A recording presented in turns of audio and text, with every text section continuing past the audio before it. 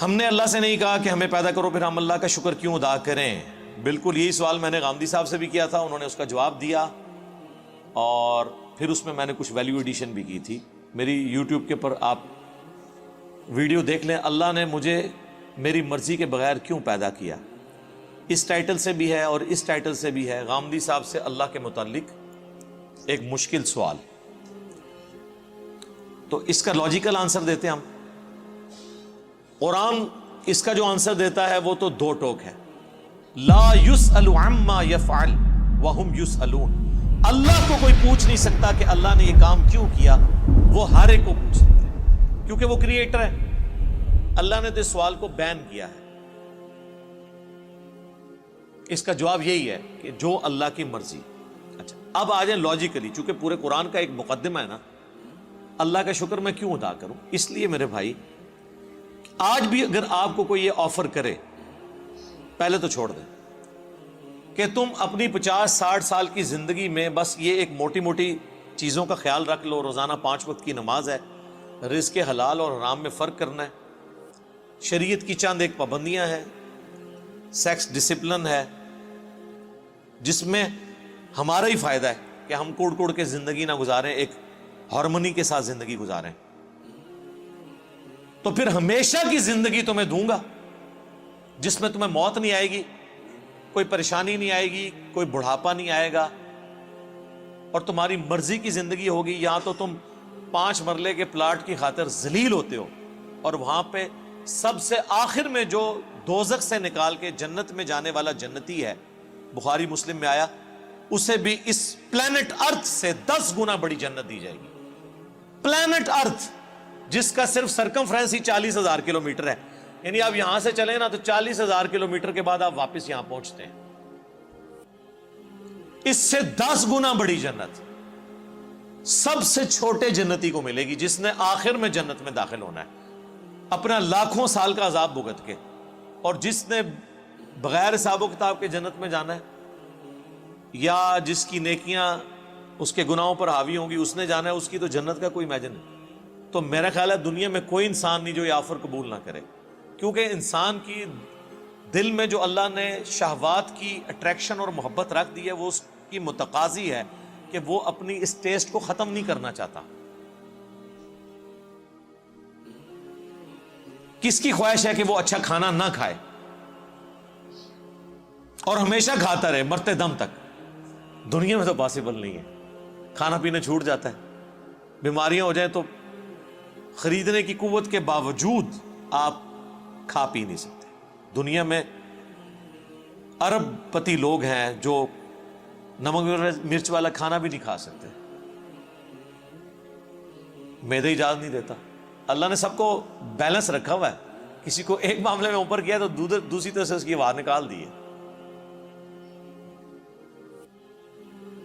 آپ کو میں پاکستان میں اس وقت امیر ترین لوگ کئی ایسے بتا سکتا ہوں جو پیمپر باندھتے ہیں, اور ان کی لوگ گاڑیوں کے اوپر, ان کے جہازوں کے اوپر, ان کی دولتوں پہ, ان کے پلاٹس پہ رش کر رہے ہوتے ہیں, لیکن وہ اپنا پیشاب نہیں روک سکتے. تو انسان کی کیا اوقات ہے؟ لیکن آخرت میں کچھ نہیں ہے, آخرت میں پیشاب ہے ہی نہیں.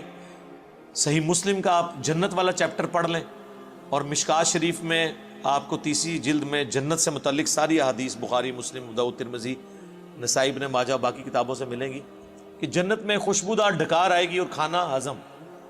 پیشاب کرنے کی جو تکلیف ہے نا, یہ بھی نہیں انسان کو اٹھانی پڑے گی, کیونکہ جنت میں تکلیفیں آئی نہیں ہیں.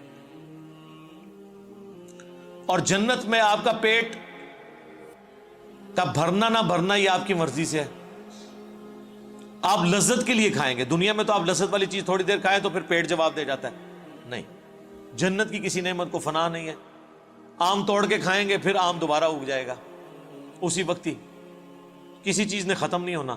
اتنی بڑی بڑی نے, اور سب سے بڑی بات کن فیکون جو اللہ کی کوالٹی ہے, وہ کسی درجے میں اللہ تعالیٰ اپنی مخلوق کو اس حوالے سے دے دے گا کہ اس کی خواہشات کی تکمیل ہوگی جنت میں. جو خواہش کرے گا, جو سوچے گا اس کے سامنے آ جائے گا. یہ تو کوالٹی صرف اللہ کی ہے, لیکن انسان کو اللہ تعالیٰ یہ کوالٹی وہاں پہ دے دے گا.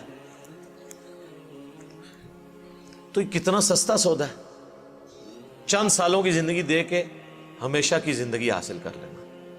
نہ ختم ہونے والی. تو اب مجھے بتائیں اس اللہ کا شکر ادا کرنے کا دل نہیں کرتا کہ جو اکیلا تھا, کسی کو نہ بھی پیدا کرتا, اسے کوئی پوچھ نہیں سکتا تھا, اس کا پہلا احسان کہ اس نے پیدا کیا, اس کے بعد ایک آفر رکھی, اتنی زبردست قسم کی آفر. ہونا تو چاہیے تھا 1 ارب سال کی زندگی کے لیے 1 کروڑ سال تو یہاں مشقت کروائی جاتی دنیا میں, لیکن اس نے چند سال کی مشقت مانگی, اور وہ بھی مشقت نہیں ہے, نارمل لائف ہے, بس صرف لائف کا ڈسپلن ہے, اور ہمیشہ کی زندگی دے دی. تو جو اللہ اکیلا ہونے کے باوجود اپنے ساتھ اتنے لوگوں کو آفر دے کہ آؤ میں تمہیں وہ کوالٹیز دوں گا جو میری کوالٹیز ہیں. موت کسے نہیں آتی؟ اللہ کو. انسان کو بھی موت نہیں آئے گی. دیکھیں نا, یہ تھوڑی بات ہے, دنیا میں موت آنی ہے نا, جنت میں موت نہیں ہے. صحیح بخاری میں حدیث ہے کہ موت کو مینڈے کی شکل میں لا کے جہنم اور جنت کے درمیان ذبح کر دیا جائے گا, اور ندا کی جائے گی جنتیوں مبارک ہو, آج کے بعد تمہیں کبھی موت نہیں آئے گی, بے فکر ہو کے زندگی گزارو. اور جہنمیوں کی حسرت میں اضافہ ہوگا کہ تمہیں بھی موت نہیں آئے گی, تم بھی اس تکلیف میں زندگی گزارو. اللہم لا تجعلنا منہم, اللہم اجرنا من النار, ربنا اصرف عنا عذاب جہنم ان عذابها کان غراما. آمین.